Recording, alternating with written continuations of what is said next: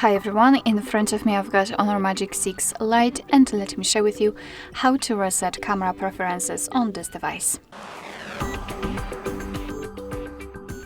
So let's start with opening the camera app, and I hope that you can see those green lines. I've applied them before I've started the recording because I'd like to show you the visual evidence that the reset option will work. So they should disappear after the whole resetting operation.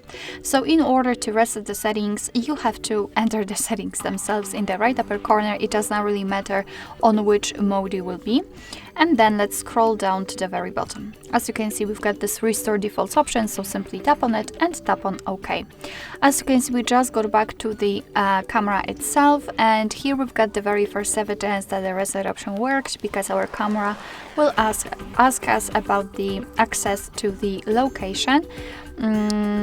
Okay, continue, cancel, whichever. And here we've got the second evidence, and so the green lines are not visible, which basically means that we just successfully reset all camera preferences.